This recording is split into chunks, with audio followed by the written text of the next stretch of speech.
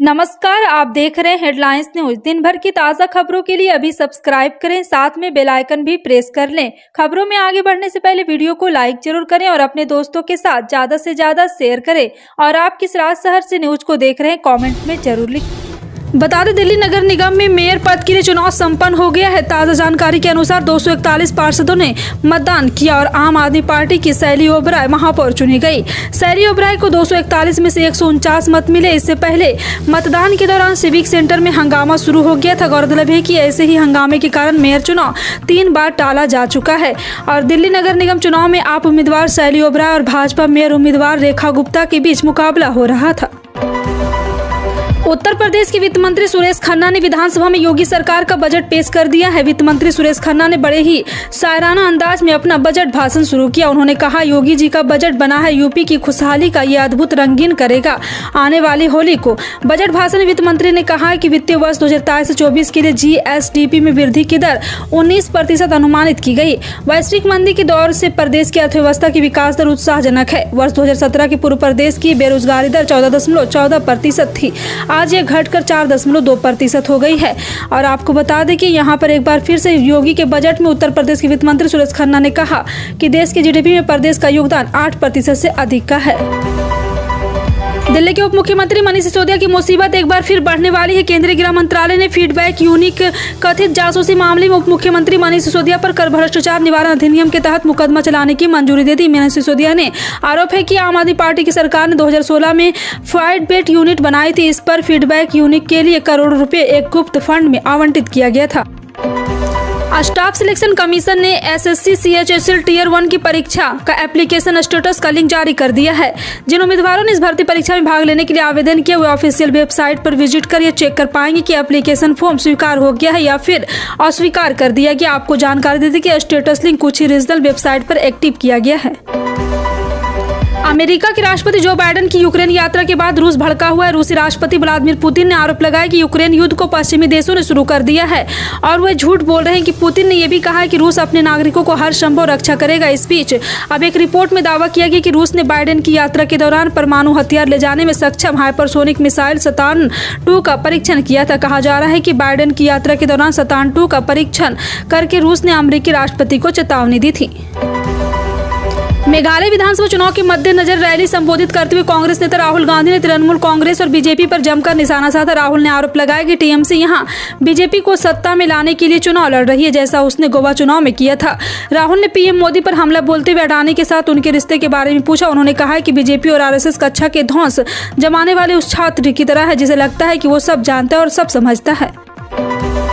उत्तर प्रदेश में बजट पेश करते हुए योगी सरकार ने मुसलमानों में गरीब वर्ग से आने वाले पसमानदा समाज पर फोकस किया। बजट में मदरसा वाले छात्रों को छात्रवृत्ति के साथ ही मैथ और साइंस जैसे सब्जेक्ट की पढ़ाई के लिए किट देने और कंप्यूटर लैब बनाने के लिए फंड जारी किया गया है। वित्त मंत्री सुरेश खन्ना ने बजट पेश करते हुए बताया है कि पूर्व 10वीं कक्षाओं में अध्ययनरत अल्पसंख्यक समुदाय के छात्र छात्रा हेतु छात्राओं की जिनके विभाग की अधिकतम वार्षिक आय ऐसे 2.50 लाख रुपए है, अधिकतम रुपये 3,000 रुपये वार्षिक की छात्रवृत्ति से लाभान्वित किए जाने का प्रावधान है।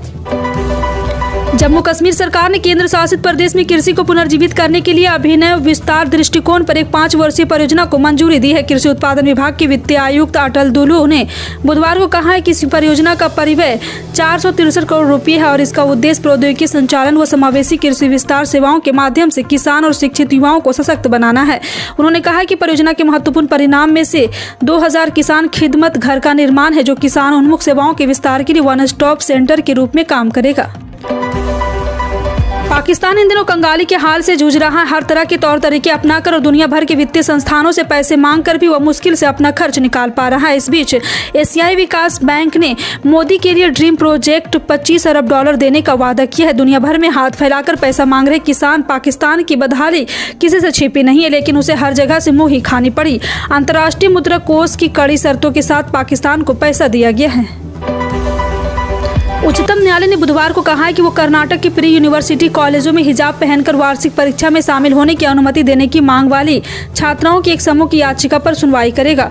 मुख्य न्यायाधीश DY चंद्रचूड़ और न्यायमूर्ति PS नरसिम्हा की पीठ ने याचिका पर सुनवाई के लिए सहमति व्यक्त करते हुए छात्राओं की गुहार पर विचार किया जाएगा। याचिकाकर्ता की ओर से अधिवक्ता सादान फरासात ने दावा किया कि उन्हें मार्च में शुरू होने वाली वार्षिक परीक्षाओं में शामिल होना है। जो कोई नहीं कर पाया वो बॉलीवुड के बादशाह शाहरुख खान ने कर दिखाया। 25 जनवरी को रिलीज हुई शाहरुख की मूवी पठान ने इतिहास रचते हुए वर्ल्ड वाइड बॉक्स ऑफिस पर 1000 करोड़ का आंकड़ा पार कर लिया है। पठान रिलीज के पहले फेज में वर्ल्ड वाइड 1000 करोड़ कमाने वाली पहली हिंदी फिल्म बन गई है। फिल्म का इंडिया में net box office collection 516.92 crore हो गया है। देश विदेश में पठान का डंका बज रहा है। पठान शाहरुख खान के करियर की सबसे बड़ी फिल्म बन गई है। हिमाचल प्रदेश में भीषण बर्फबारी होने से बिजली और पानी, सड़कें ठप पड़ गए हैं। हालात यह है कि लोग घरों में कैद हो गए। इससे लोगों को काफी परेशानी हो रही। बर्फ हटाने का काम प्रशासन कर रहा है। बताया जा रहा है कि हिमाचल प्रदेश में हाल ही में हुए भीषण बर्फबारी के कारण समस्या काफी बढ़ गई। राज्य आपदा प्रबंधन प्राधिकरण ने कहा है कि राज्य के कई हिस्सों में पिछले कुछ दिनों में भीषण बर्फबारी हुई है, जिससे सामान्य जनजीवन प्रभावित हुआ है। एकनाथ शिंदे गुट को असली शिवसेना के रूप में मान्यता देने के चुनाव आयोग के फैसले के खिलाफ उद्धव ठाकरे गुट की याचिका पर सुप्रीम कोर्ट में सुनवाई की गई। शीर्ष अदालत ने आयोग के फैसले के खिलाफ उद्धव ठाकरे खेमे की याचिका पर सुनवाई करने का निर्णय लेते हुए एकनाथ खेमे और चुनाव आयोग को नोटिस जारी कर दिया है। भारत के मुख्य न्यायाधीश DY Chandrachud, justice PS Narasimha, justice JB Pardiwala की पीठ ने उद्धव ठाकरे की गुट की याचिका पर सुनवाई करते हुए ठाकरे गुट को चिंचवाड़ और कस्बा पेट उपचुनाव के लिए शिवसेना नाम और जलता मसाल चुनाव चिन्ह उपयोग करने की स्वतंत्रता दी है।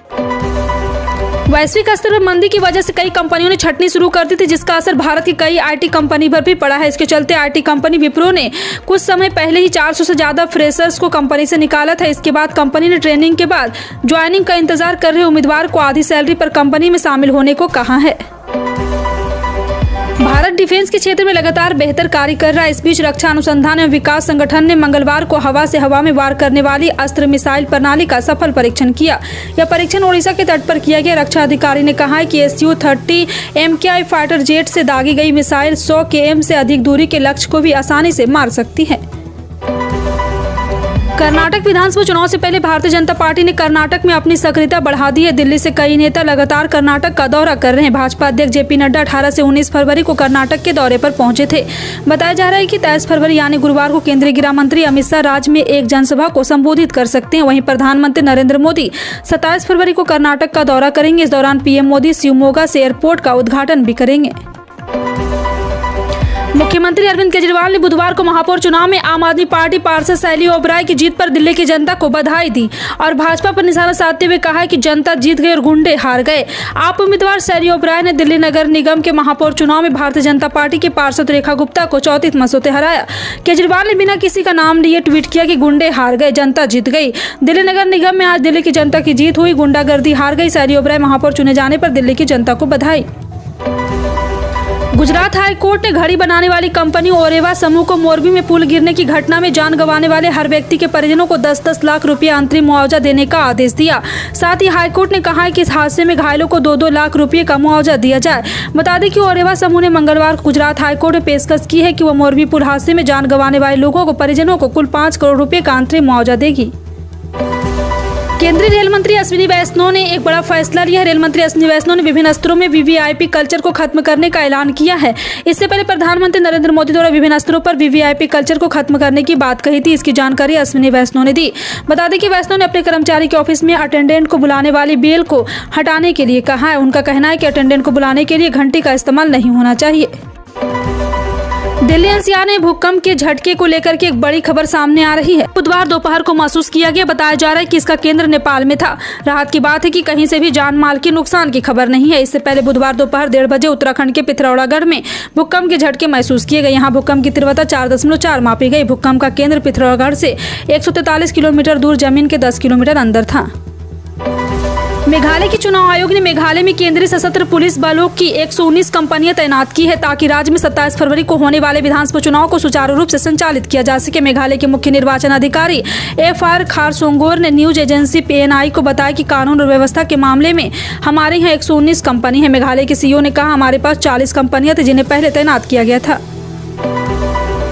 बता दें, देश में कोरोना के मामले में जितनी तेजी से वृद्धि हुई थी उतनी ही तेजी के साथ अब इनमें गिरावट दर्ज की जा रही। बीते 24 घंटे के अंदर देश में कोरोना वायरस संक्रमण के 125 नए मामले सामने आए हैं, जबकि सक्रिय मामले बढ़कर 1935 हो गए। भारत में कोविड मामलों की संख्या 4.46 करोड़ है, जबकि मरने वालों की संख्या 5,30,762 हो गई है। जूट की खेती करने वालों के लिए खुशखबरी है। केंद्र सरकार ने बुधवार को एक ऐसा फैसला किया है जिससे करीब 40 लाख जूट किसानों को सीधा फायदा पहुंचेगा। सरकार ने पैकेजिंग में जूट के अनिवार्य उपयोग के नियमों के आगे बढ़ने की मंजूरी दे दी है। अब इन नियमों के तहत खाद्यान्नों की 100% और चीनी की 20% पैकिंग जूट पैक में करना अनिवार्य हो गया है। जानकारी के मुताबिक प्रधानमंत्री नरेंद्र मोदी की अध्यक्षता में हुई केंद्रीय मंत्रिमंडल की बैठक में यह निर्णय लिया गया। जानकारी के मुताबिक कैबिनेट ने जूट वर्ष 2022 से 23 के लिए पैकेजिंग में जूट के अनिवार्य इस्तेमाल के आरक्षण संबंधी नियमों को मंजूरी दे दी। नियमों को मंजूरी से जूट मिलों और अन्य संबंध इकाई में कार्यरत 3.7 लाख श्रमिकों को बड़ी राहत मिलेगी। इन सभी खबरों पर क्या कहना है कमेंट सेक्शन में टाइप करके जरूर बताएं। इसी तरह की पल पल की अपडेट जानने के लिए जुड़े रहें आप अपने हेडलाइंस न्यूज के साथ। मिलते हैं अगली बड़ी खबर में, तब तक के लिए जय हिंद।